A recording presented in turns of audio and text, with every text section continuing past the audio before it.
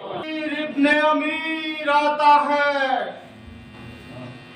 مداح امیر ابن امیر آتا ہے، دربار میں شاہو کے فقیر آتا ہے، دربار میں شاہو کے فقیر آتا ہے، مشتاق سخن خلق چلی آتی ہے، لو مرثیہ پڑھنے کو دبیر آتا ہے۔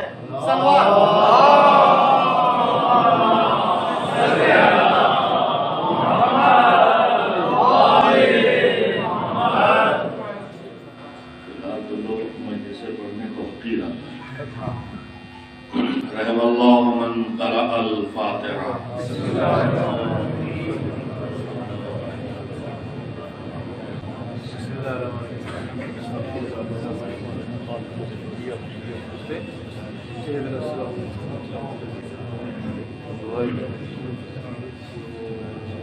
اعوذ باللہ من الشیطان اللعین الرجیم، بسم اللہ الرحمن الرحیم، الحمد للہ رب العالمین، والعاقبۃ للمتقین والجنۃ للمؤمنین والنار للملحدین،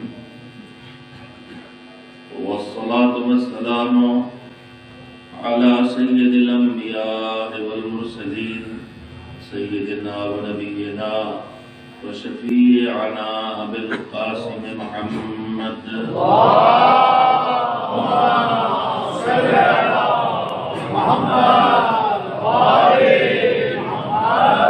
آل الطیبین الطاہرین المعصومین المظلومین، اما بعد، فقد قال اللہ سبحانہ وتعالی فی کتابہ المبین، بسم اللہ الرحمن الرحیم، کل نفس ذائقۃ الموت، وقال رسول اللہ صلی اللہ علیہ وآلہ وسلم کفا بالموت واعظا۔ صلوات بھیجے محمد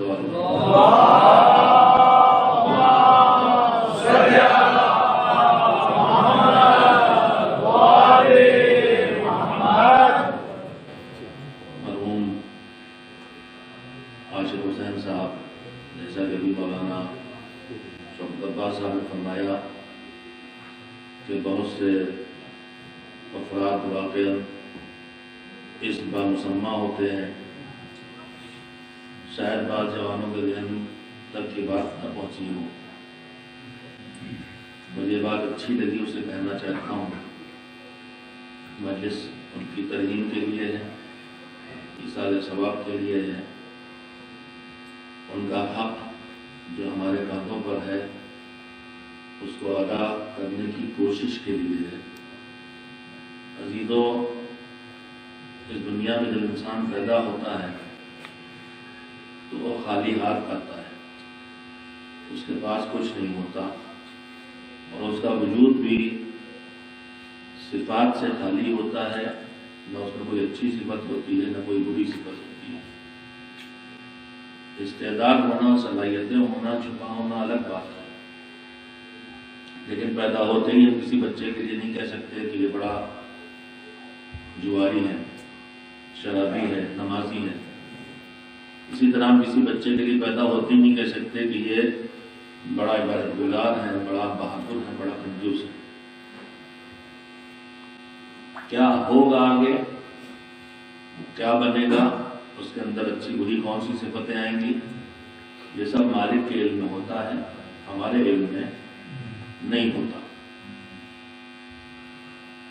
ہمارے گھر میں جب بچہ آتا ہے تو ہم اپنی تمناؤں کی بنیاد پر بچوں کے نام رکھتے ہیں۔ علم دوست ہیں تو ہم نے نام رکھا عالم حسین، اس لیے رکھا کہ ہمارا دل چاہتا ہے کہ ہمارا بچہ عالم بنے۔ اگر ہم بہادری پسند کرتے ہیں تو ہم نے نام رکھا شجاعت عباس، تاکہ ہمارا بچہ بہادر نکلے، وفادار عباس وفادار نکلے، صابر حسین صبر کرنے والا نکلے۔ مگر کیا ایسا ہوتا ہے کہ جو ہم نے نام رکھا ہو وہی وجود بھی بنا؟ نام ہوتا ہے شجاعت علی، ان سے زیادہ ڈرپوک کوئی نہیں محلے میں۔ نام ہے سخاوت حسین، ان سے زیادہ کنجوس مجھے نہیں ملتا۔ نام ہے صابر حسین، اور ان سے زیادہ گھبرانے والا اور دوسروں کو بے صبری کا شکار کرنے والا بھی دکھائی دیتا۔ یہ کیوں ہوتا ہے؟ اسی لیے ہوتا ہے کہ جو آیا ہے وہ خالی ہاتھ آیا ہے، اور جو نام رکھ رہا ہے وہ بچے کے مستقبل سے بے خبر ہے۔ لہذا ہمارے ناموں میں ہماری شخصیتوں میں فاصلے ہوتے ہیں، مگر کائنات میں ایک خاندان ایسا ہے کہ جہاں ناموں اور شخصیتوں میں فاصلے نہیں ہوتے۔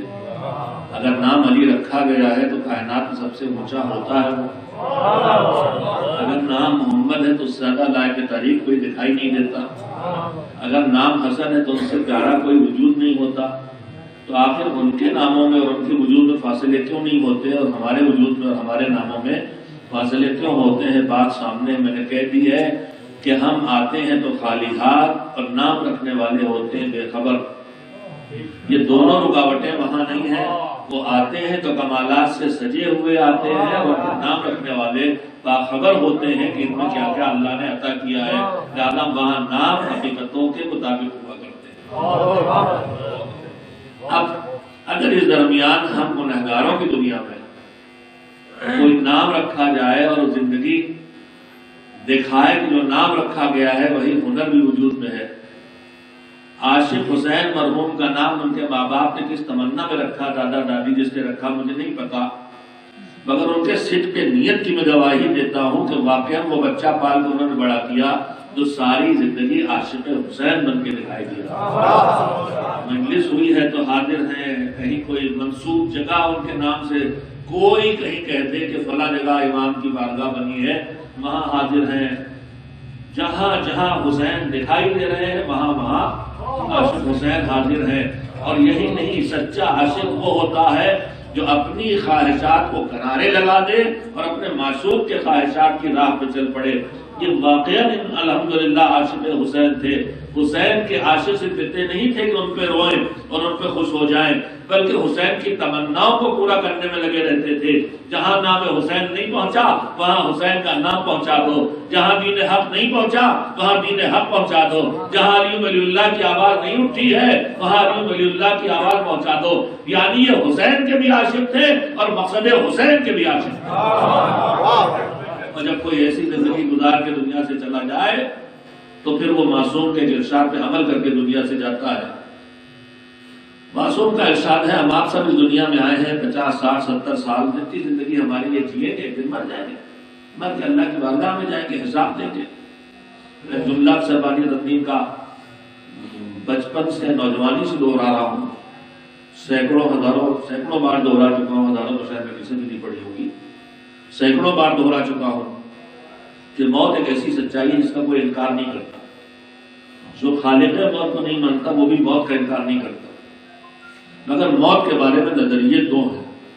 ایک نظریہ ہے مومن کا نظریہ اور ایک نظریہ ہے غیر مومن کا نظریہ۔ غیر مومن غیر ایمانی نظریہ کیا ہے؟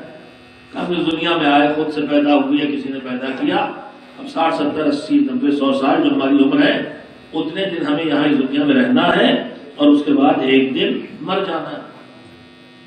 یہ کس کا نظریہ ہے؟ غیر ایمانی نظریہ۔ تو آپ سوچ رہے ہوں گے مولانا یہ غیر ایمانی نظریہ تو ایمانی کیا ہے؟ ہم بھی یہی کہہ رہے ہیں ایک دن یہاں سے مر جانا ہے، ہمیشہ رہنے تو نہیں ہے دنیا میں، مر جانا۔ ابھی آپ نے آئے پڑھی کل نفس ذائقۃ الموت، ہر موجود کو موت آنا ہے، ہر انسان کو موت آنا ہے، ہر نفس کو موت کا مزہ چکھنا ہے۔ تو آپ نے جو آیت پڑھی تو خود ہی کہہ رہی سب کو مرنا، آپ کہہ رہے غیر ایمانی نظریہ ہے کہ ہم دنیا میں رہنا اور مر جانا ہے۔ تو ہم نے کہا یہ غیر ایمانی، کافی ایمانی نظریہ کیا ہے؟ کیا ہم ایمان والے کہتے ہیں کہ ہمیشہ اسی دنیا میں رہنا؟ نہیں، آپ ہی نہیں کہتے، پھر آپ کیا کہتے ہیں؟ واقعا کبھی کبھی ہم جو کہتے ہیں خود نہیں بتا پاتے کہ ہم کیا کہتے ہیں۔ اور خطیب اعظم کہ یہ ہنر تھا کہ ہمارے دلوں کی تعبیر ان لفظوں میں ہم تک پہنچا دیتے تھے جو لفظ ہم خود نہ ڈھونڈ پائیں۔ کہ غیر مومن کا نظریہ یہ ہے کہ ہمیں اس دنیا میں رہنا ہے اور اس کے بعد ایک دن مر جانا ہے، مگر ایمانی نظریہ یہ نہیں۔ اردو کے ایک لفظ کے ذریعے بہت بڑا فرق ہے جو بتایا ہے کا غیر مومن کہتا ہے کہ ہمیں دنیا میں رہنا ہے اور اس کے بعد ایک دن مر جانا ہے، مگر مومن یہ نہیں کہتا، مومن کہتا ہے کہ ہمیں اس دنیا میں رہنا ہے اور اس کے بعد ایک دن مر کے جانا ہے۔ میں پھر دوہرا ہوں، غیر مومن کہتا ہمیں اس دنیا میں رہنا اور اس کے بعد ایک دن مر جانا ہے، مومن کہتا ہمیں اس دنیا میں رہنا ہے اس کے بعد ایک دن مر کے جانا ہے۔ مر جانا اور ہے، مر کے جانا اور ہے۔ مر جانا یعنی مٹ جانا، مر جانا یعنی فنا ہو جانا، مر جانا یعنی نیست و نابود ہو جانا، مر کے جانا یعنی اللہ کی بارگاہ میں جانا، یعنی مولا علی کے سامنے جانا، یعنی منزل حساب میں جانا۔ تو مر جانا اور ہے، مر کے جانا۔ جب موت کا نظریہ بدلے گا تو زندگی کا نظریہ بھی بدل جائے گا۔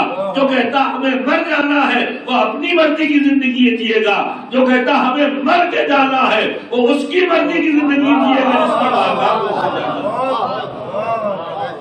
سچا عاشق حسین وہی ہوگا جو یہ یقین رکھے کہ ہمیں مر جانا نہیں ہے، مر کے جانا ہے۔ لہذا ان کی مرضی کی زندگی جینا چاہیے جن کی مرضی کی زندگی، جن کی بارگاہ میں ہمیں جانا ہے۔ ایک صلوات بھیجیں محمد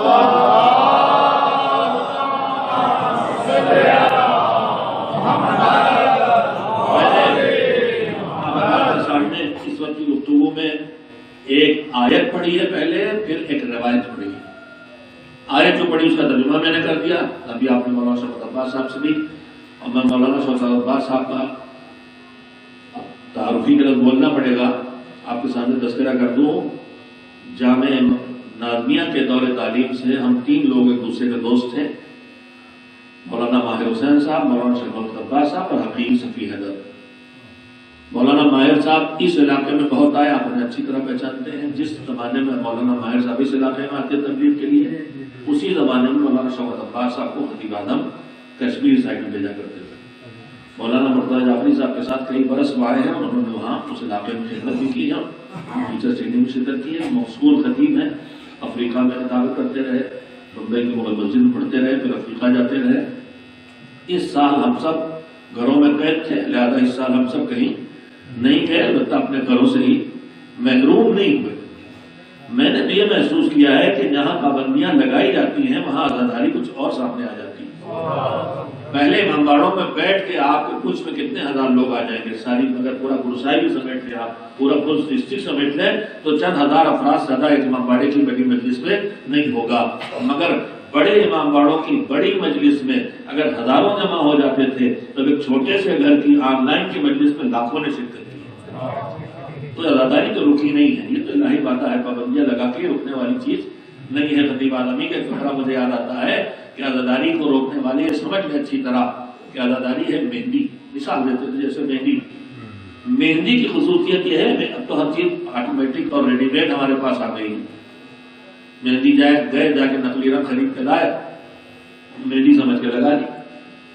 وہ تو کہیے منہ پہ نہیں لگائی جاتی ورنہ منہ کالا کر دے۔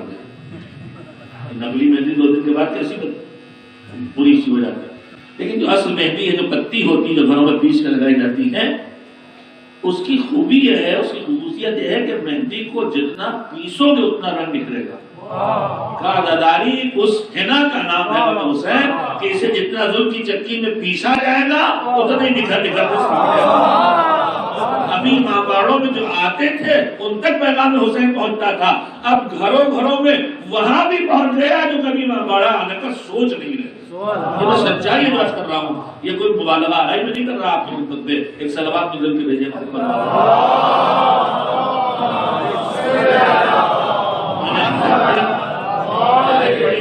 ہم میں سے ہر ایک کو موت آنا ہے، اور میں نے حدیث پڑھی جس میں رسول اکرم حضرت محمد مصطفیٰ صلی اللہ علیہ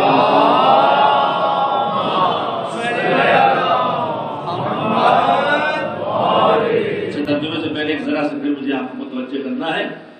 دیکھیے ہم آپ سب جو اللہ نے ہمیں ایمان کی دولت سے نوازا ہے، چاہے گود میں ملی، چاہے میراث میں ملی، چاہے ماحول سے ملی، چاہے محنت کر کے حاصل کی، جیسے بھی سی صاحب ایمان بنے، توحید کو مانا، عدالت کو مانا، رسالت کو مانا، امامت کو مانا، قیامت کے عقیدے اقرار کیا، سب کچھ مان کے مومن بن گئے۔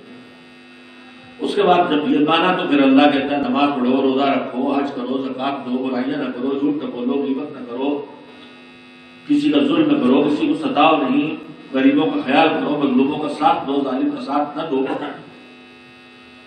یہ ہمیں کرنا.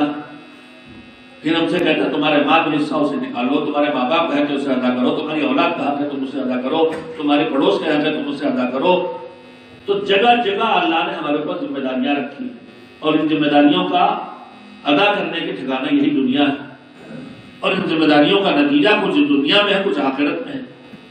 دنیا کی ذمہ داریوں میں روزی حاصل کرنا بھی ہے، دنیا کی ذمہ داریوں میں تعلقات برقرار رکھنا بھی ہے، دنیا کی ذمہ داریوں میں رشتوں کو ساتھ رکھنا بھی ہے، ساری چیزیں دنیا کی ہے. تو کبھی کبھی دنیا کی زندگی میں لگ کے ہم آخرت کو بھول جاتے ہیں. گھر بنانے میں یہاں لگتے ہیں، آخرت کا گھر بھول جاتے ہیں. یہاں اے سی کے چکر میں لگے رہتے ہیں اور آخرت میں جہنم کی گرمی بھول جاتے ہیں. یہاں اچھی گاڑی کی فکر میں لگے رہتے ہیں اور آخرت میں سفر آخرت کی تیاری سے بھول جاتے ہیں، ہم بے توجہ ہو جاتے ہیں. تو اللہ نے وہ جانتا ہے کہ ہماری کمزوری ہے کہ ہم بے توجہ ہوں گے اور بھولیں گے، لہذا اس نے ایک نظام بنایا ہے جگانے اور چونکانے کا.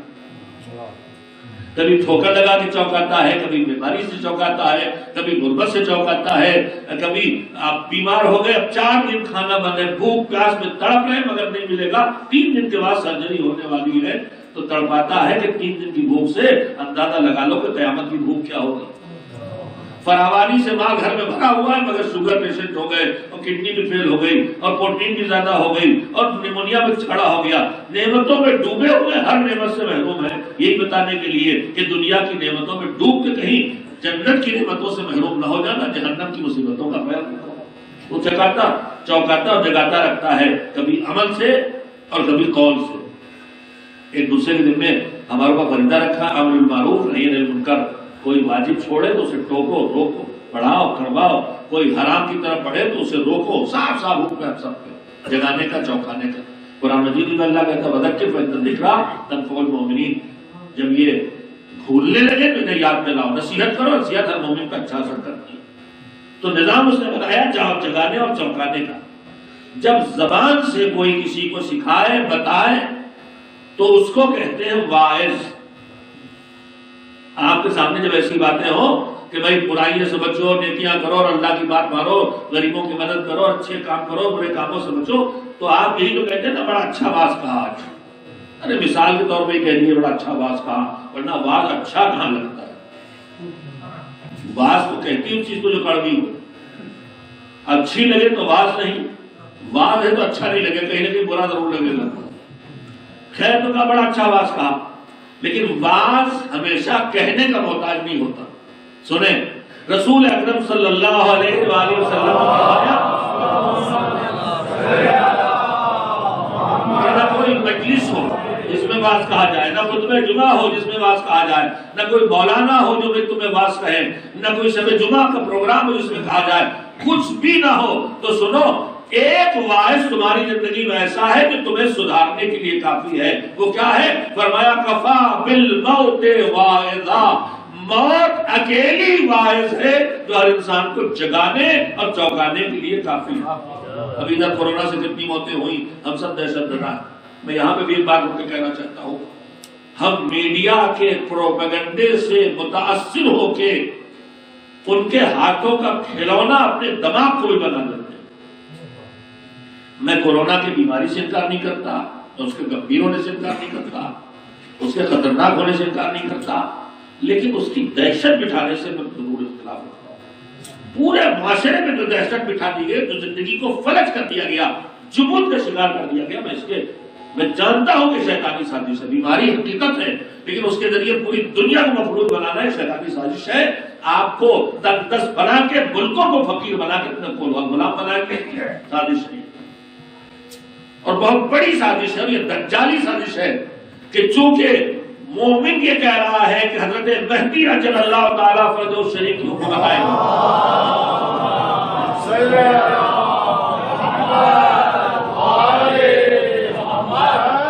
کبھی کبھی ہوش مندی سے اگر زندگی بسر کی جائے تو دشمن ہی اپنی سازشوں کی خبر دے دیتا ہے. عالمی حکومت امام کی قائم ہوگی. 14 صدیوں سے روایات قرآن مسلمان مومن کہہ رہا ہے. مقابلے میں دجال آئے گا. مقابلے میں مذہب دشمن مذاہب ہے جو مقابلے میں ہے کہ اس حکومت کو قائم نہیں ہونے دیں گے. سال یا 2 سال بھی ہوئے ہیں سعودی عرب کے شہزادے نے محمد جو ولی عہد ہے اس نے کہا تھا کہ ہم مہدی کی حکومت کا مقابلہ کرنے کی تیاری کر رہے ہیں.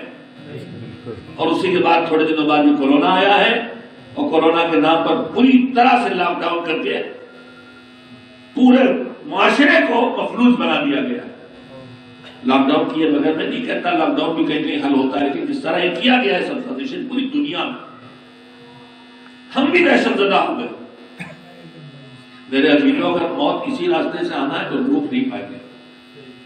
اس کا یہ مطلب نہیں کہ ہم بیماریوں کو مقابلہ نہ کریں. مذہب کہتا نہیں بیماری سے بچو.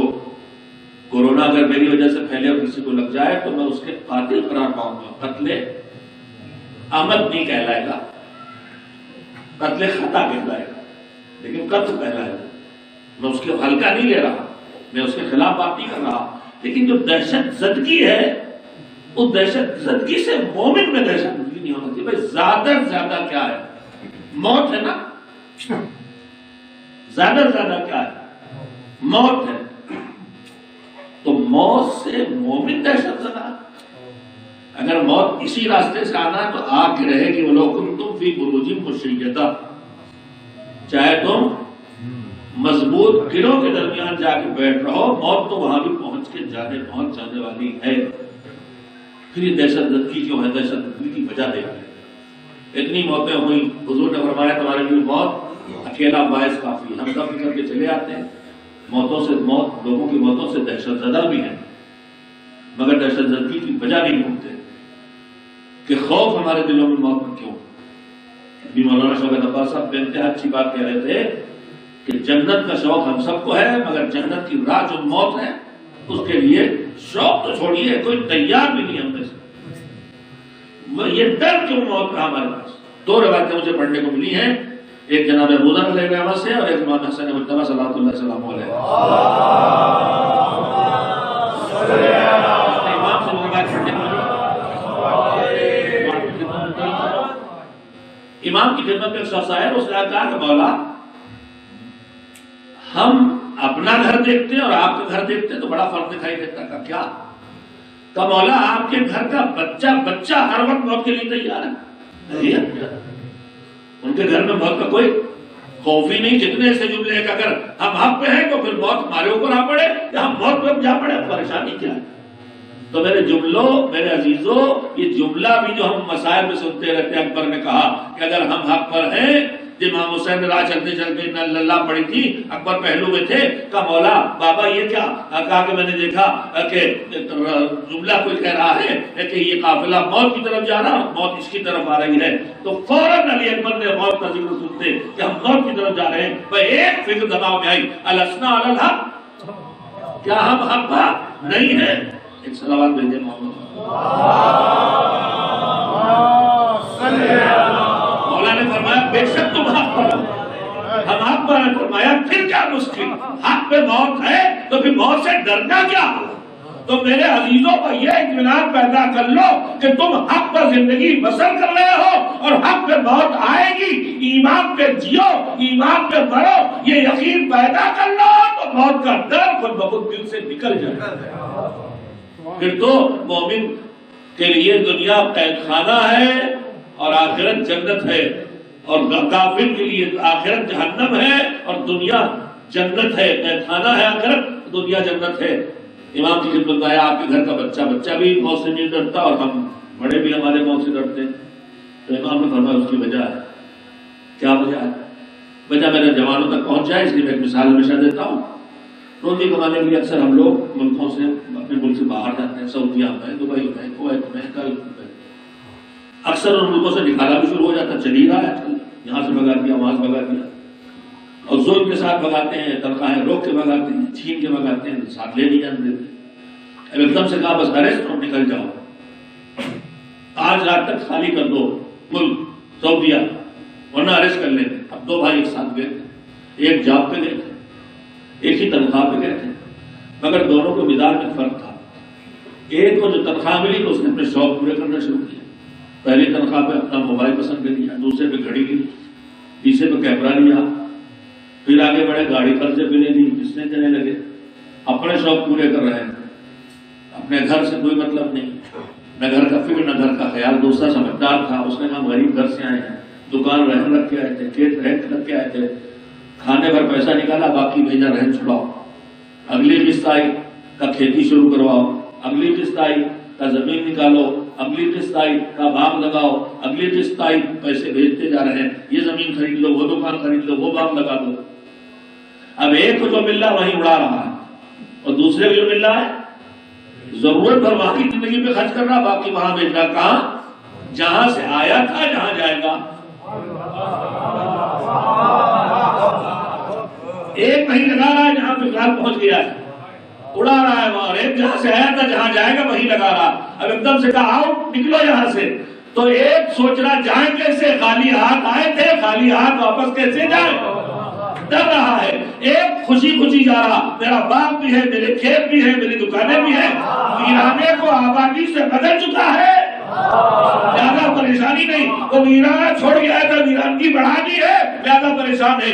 امام نے کہا تم ڈرتے، ہم نہیں ڈرتے، اس کی وجہ یہ ہے کہ ہم نے اپنی آخرت آباد کر رکھی ہے، ہم نے اپنی آخرت ویرانہ بنا رکھی ہے۔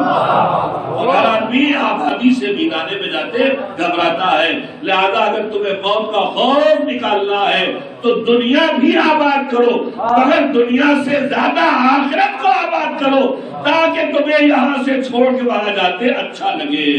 ایک صلوات بھیجئے محمد۔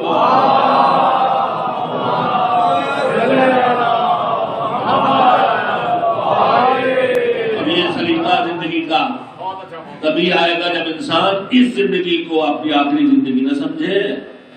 حیات وہ ہے باقی رہنے والی، نہ مٹنے والی، اور وہاں کی تیاری یہاں کی جائے۔ جنت اور جہنم دونوں چیزیں انسان اپنے ہاتھوں سے بناتا، وقت بالکل نہیں ہے۔ ہمارے دماغوں میں ایسا تصور ہے کہ جیسے کوئی بنی ہوئی چیزیں جو ہمیں الاٹ ہونے والی ہیں، لیکن ہمارے محقق علامہ ابن شہید مطالب علامہ طباطبائی جیسے افراد ہیں، انہوں نے لکھا ہے کہ الاٹ ہونے والی کوئی چیز جنتی جہنم نہیں، ہمارے اعمال، خراب اعمال جہنم کی شکل اختیار کر رہے ہیں، کہیں آگ، کہیں پگھلا ہوا سیسا، کہیں پیپ، ہمارے گناہ۔ قرآن میں بھی ہے کہ جو واجب نہیں نکالتے مال سے، یہی سونا چاندی ان کے گلے میں توق بن کے پڑے گا۔ یہ جو جہنم کے عذاب کی تذکرے ہیں، یا جو قبر میں کیڑے مکوڑے، بچھو، سانپ، یہ سب ہماری اپنے اعمال ہیں، یہ بچھو سانپ ہماری زبانیں ہیں، ہمیں جو اذیتیں پہنچائی، ڈر ہمارے توہین کی الزام لگائے، یہی سب ہے جو وہاں بدلتے ان چیزوں سے، حقیقت ان کی بدلتی۔ اور دوسری طرف ہماری نماز گناہ کی شکل اختیار کرتی ہے، ہمارا روزہ بھی، ہماری روزاداری بھی جنت کا گھر بنتا ہے۔ بہت جلدی 2 منٹ میں سن لیں، رسول اکرم صلی اللہ علیہ وسلم معراج کے سفر میں گئے، دیکھتے دیکھتے پہنچے ایک جگہ، ایک گھر بن رہا ہے، سونے چاندی کی اینٹیں ہیں، مسالہ اور سب چاندی کا پگھلا ہوا سونا، اور نگینے جڑے جا رہے ہیں۔ کہا یہ کیا کہا؟ جنت کی گھر بن رہا۔ کون بنا رہا؟ کا ملائکہ۔ کون بنوا رہا؟ کا اللہ۔ کس کے؟ جنتیوں کے۔ اچھا، تھوڑی دیر میں دیکھا کبھی کام رکتا ہے، کبھی ہونے لگتا ہے۔ کئی فرشتے ہیں، ملائکہ ہیں، تو یہ تو اپنی ڈیوٹی چھوڑتے نہیں، یہ بیٹھ کے ہو جاتے ہیں، اللہ کی معصیت پہ کرتے نہیں، پھر یہ بیٹھ کے ہو جاتے ہیں، یہ کام کیوں رک جاتا ہے؟ تو جناب جبریل نے کہا کہ کام ریلیو ہو جاتا ہے، جس مٹیریل سے یہ گھر بن رہا وہ آنا رک جاتا ہے تو کام رک جاتا ہے۔ تو پیغمبر نے کہا کون بنوا رہا؟ کہا اللہ۔ کہا پھر مٹیریل نہیں آتا؟ کہا مٹیریل اللہ نہیں بھیج رہا۔ کہا پھر؟ کہا جس کا گھر بن رہا ہے، جب دنیا میں کوئی نیکی کرتا ہے تو اس گھر کے جگہ کبھی سونا کی اینٹ، کبھی چاندی کی اینٹ، کبھی ہیرا، کبھی جواہر بن کے منتقل ہوتا ہے۔ تو جب ادھر نیکی ہوتی ہے ادھر گھر بنتا ہے، اور جب ادھر نیکی نہیں ہوتی ادھر گھر بننا رک جاتا ہے۔ یہ سن لیا آپ نے، گھر میں خود بنانا ہے۔ اب اگلی بات سنیے، ہمارے پاس مٹیریل نہیں ہوتا، ہم دھیرے دھیرے گھر بناتے، ایک بار بنیاد بھر کے چھوڑ دی، پھر ایک بار دیواریں بنا کے چھوڑ دی، پھر ایک بار چھت ڈال کے چھوڑ دی، تو دھیرے دھیرے بن ہی جاتا ہے۔ لیکن اگر ہم دن بھر بنائیں اور رات میں آ کے دیواریں گرا دیں تو کبھی بنے گا؟ چھٹے امام حضرت جعفر صادق علیہ السلام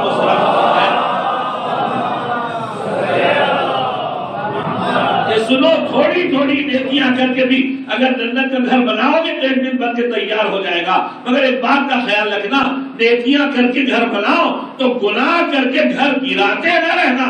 اگر گناہ کر کے گھر گراتے رہو گے تو یہ جنت کا گھر کبھی تیار نہیں ہو پائے گا۔ زیادہ گناہوں سے بچتے رہنا ہے اور نیکیوں کی راہ پر آگے بڑھتے رہنا ہے، اور اس پیغام کو آگے پہنچاتے رہنا ہے جس پیغام کو پہنچانے کے لیے ساری زندگی جتنی ہم نے کم سے کم دیکھی، جو جینے کا سلیقہ بتایا گیا کس طرح لوگوں کے ساتھ رہو اور جیو، کہ اگر تم ان کے درمیان سے غائب ہو جاؤ تو تمہیں ڈھونڈتے پھریں کہ بہت دن سے ملے نہیں، اور اگر تمہارے موت ہو جائے تو تمہارے اوپر روئیں۔ مرحوم عاشق صاحب کی وجود اسی طرح کا تھا کہ اگر تھوڑے دنوں فون پہ بات نہ ہو تو بے چین ہوتی طبیعت کے کہاں ہیں، کیسے ہیں، اور ہم پوچھے نہ پوچھے اور کا فون آ جاتا تھا، بہت دنوں سے آپ سے بات نہیں کی، یہ ان کی محبت تھی۔ اور موت کے بعد ان کے مرنے پر روئیں، وہ سب محسوس کر سکتے اپنے دل کی کیفیات۔ میرے عزیزوں، انہوں نے ساری زندگی دو مہم چلائی تھی، اللہ کی اطاعت کرتے ہوئے اہل بیت علیہ السلام سے وابستہ لوگوں کی خدمت کرنا، اور ان میں خاص کر کے جو سادات اور اہل نسل ہے محمد والے محمد ان کی خدمت کرنا، اور پیغام اہل بیت کی روشنی وہاں پہنچانا جہاں اس کا نور نہیں پہنچا ہے۔ ان کے بھائیوں سے، ان کے بھتیجوں سے، ابھی اور کا بھتیجا ملا جو ان کے آخر وقت ان کے ساتھ تھا، طاہر سے لموس نے کہا کہ میرے بڑپا نے مجھ سے مجلس جاتے ہوئے کہا تھا کہ ہمارے تمہارے دادا نے جو خدمت جاری کی تھی تو ہم نے پوری کوشش کی سب نے مل کے جاری رکھنے کی، اور آئندہ تم لوگ بھی خدمتوں کو جاری رکھنا۔ میں آپ سب سے کہنا چاہتا ہوں خدمتوں میں عزاداری تھی، ان خدمتوں میں ہر غریب کے کام آنا تھا، اس خدمت میں ہر ضرورت مند کے کام آنا۔ میں خود باخبر ہوں کہ کتنے ایسے لوگوں کی سفارش میرے پاس بھی آیا کرتی تھی، وہ سمجھتے بہت بڑے مولانا کہتے کام ہو جائے گا، سفارشیں بھیجا کرتے تھے، اس کی نوکری دلوا دیجیے، اس کی یہ کروا دیجیے، اس کا وہ کروا دیجیے۔ ابھی اسی انتقال سے تھوڑا پہلے کسی یونیورسٹی میں کسی اپارٹمنٹ کی بات تھی، وہ بھی کسی مومن کے لیے کہہ رہا ہے، تو میں نے اپنی کوشش کی تھی، اللہ جانے وہ کام ہوا بھی نہیں ہوا۔ چشتی یونیورسٹی میں BC تک پیدا کیا تھا پیغام میں نے، تو میرے عزیزوں کا ایک کام تھا غریبوں کے، خاص کر کے علی کے ماننے والوں کے کام آنا، اور دوسرے تک دینی کاموں پر دھیان دینا جہاں ہمیں لگتا تھا کوئی دین کا کام ہے، اور اس میں خاص کر کے وہ عاشق تھے تنظیم مکاتب کے، غلام عسکری کے، تنظیم والوں کے۔ تنظیم کا چھوٹا چھوٹا تھا پڑتا جائے تو ایسے بک جاتے تھے ان کا گھر، چاہے وہ رہے نہ رہے، اگر وہ خبر لگے کہ ہم جنتو سے گزر رہے تو ناراض ہو جاتے تقریباً اگر ہم ان کے گھر میں ٹھہرے۔ بس میں یہ سب نہیں کہہ رہا کہ آپ وہی سب کریں، دین سے جڑے رہیں، دین کی خدمت کریں، پیغام اہل بیت پہنچاتے رہیں، اور یہ یاد رکھیں کہ رسول اللہ نے مولا علی جب یمن جا رہے تھے تو کہا تھا کہ یا علی الا یہدی اللہ بک رجلا خیر لک من الدنیا وما فیہا، تم جا رہے ہو، اگر ایک آدمی بھی تمہارے ذریعے راہ راست پہ آ گیا تو اس کا وہ اجر تم کو ملنے والا جو ساری زمین اور آسمان میں جو کچھ ہے اس پہ اس کے مقابلے میں زیادہ ہے۔ عاشق صاحب کی زندگی اسی راہ میں خرچ کرنے اللہ کو دینے والا انشاءاللہ۔ ادارے تنظیم مکاتب بھی اسی راہ میں ہے، وقت ختم ہو گیا، پلیٹ آپ کے ہاتھوں ہم ضرور دیں گے۔ ہم نے 3 نئے کام شروع کیے ہیں، ایک ای مکتب، ایک امامیہ اسٹڈی سینٹر، اور ایک امامیہ ایشا۔ تفصیل بتانے کا وقت بالکل نہیں رہ گیا۔ امامیہ اسٹڈی سینٹر ای مکتب کا مطلب ہے کہ آپ مکتب میں بچہ نہیں بھیج پاتے ہیں تو آن لائن آپ کی رجسٹریشن کرائیں، جو ٹائم آپ کے بچے کے پاس ہوگا اس وقت اس کو تعلیم دیں گے۔ ایشا کا مطلب ہے کہ آپ کو کتاب کے علاوہ بھی مذہبی زندگی کی کوئی ضرورت آپ کو ہے تو ہم آپ کے لیے آن لائن فراہم کریں گے۔ اور امامیہ اسٹڈی سینٹر کا مطلب یہ ہے کہ ہر مکتب کو کوچنگ سے بدل دیا جائے، بچے کا لیے کوچنگ کھول دیے جائے جن میں بچہ ہوم ورک بھی کرے، اسے مدد کی جائے، جن سبجیکٹس میں جو مین سبجیکٹس ہیں انگلش، میتھمیٹکس اور سائنس، اس میں اس کے مضبوط کیا جائے تاکہ 10th میں آنے کے بعد وہ جو مقابلے کے امتحان ہوتے ہیں اور جن میں سب مقابلہ ہوتا ہے اور پوائنٹس پہ سلیکشنز ہوتے ہیں وہاں ہمارے بچے پیچھے نہ چلے جائیں۔ آپ مہم چلائیے کہ آپ کے ضلع پونچھ میں پورے ہر مکتب میں 2-3 مکتب جوڑ کے ایک کوچنگ کھل جائے جس میں انہیں ہوم ورک کرایا جائے گا اور کمزور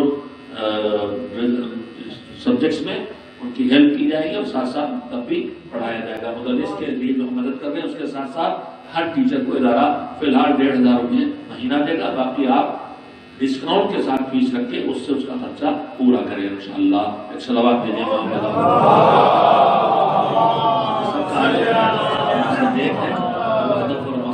کربلا والوں کا تھا جس کے لیے انہوں نے قربانیاں دی تھی۔